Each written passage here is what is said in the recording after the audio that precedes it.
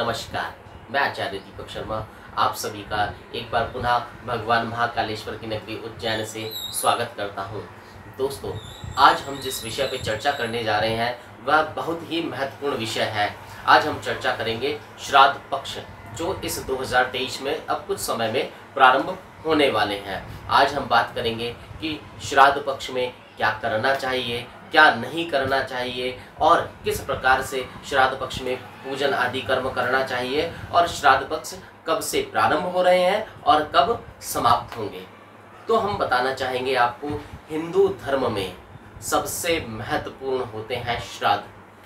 श्राद्ध कर्म, जो हम अपने पितरों के निमित्त उनकी तृप्ति के लिए, उनके मोक्ष के लिए पूजन आदि करते हैं श्रद्धा पूर्वक, वह श्राद्ध कहलाते हैं। श्राद्ध पक्ष ऐसा समय रहता है जिसमें जो पितृ होते हैं, पूर्वज होते हैं, वह उनके पितृलोक से मृत्युलोक में आते हैं और जब वह मृत्युलोक में आते हैं तो अपने जो परिजन होते हैं, परिवार के जो लोग होते हैं, उनसे कुछ न कुछ अपेक्षा रखते हैं। और यह महत्वपूर्ण उन लोगों के लिए भी है जिनको पितृदोष होता है, क्योंकि पितृदोष एक ऐसा जो दोष है जिसके कारण परिवार में कहते हैं ना, मांगलिक कार्य होने में समस्या आती है, रोजगार में जो है नित्य निरंतर उतार चढ़ाव बना रहता है, घर में जो है वाद विवाद बने रहते हैं, अशांति बनी रहती है, कुल के आगे बढ़ने में, संतान उत्पत्ति होने में समस्याएं आती है, धन से संबंधित समस्या सदैव बनी रहती है। तो जिन लोगों को पितृदोष है उनको भी इस श्राद्ध का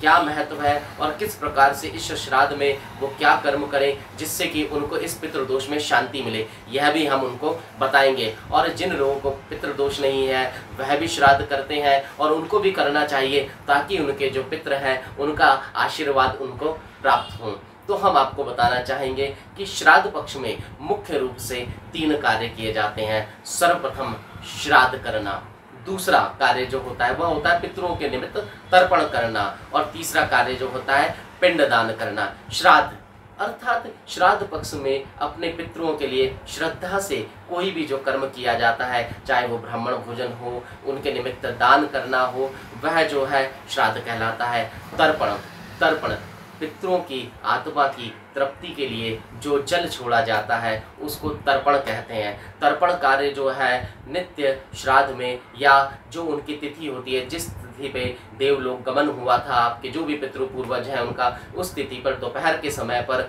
जल के अंदर तिल मिलाकर, हाथ में कुशा की जो है अंगूठी पहनकर जो है जल से तर्पण किया जाता है।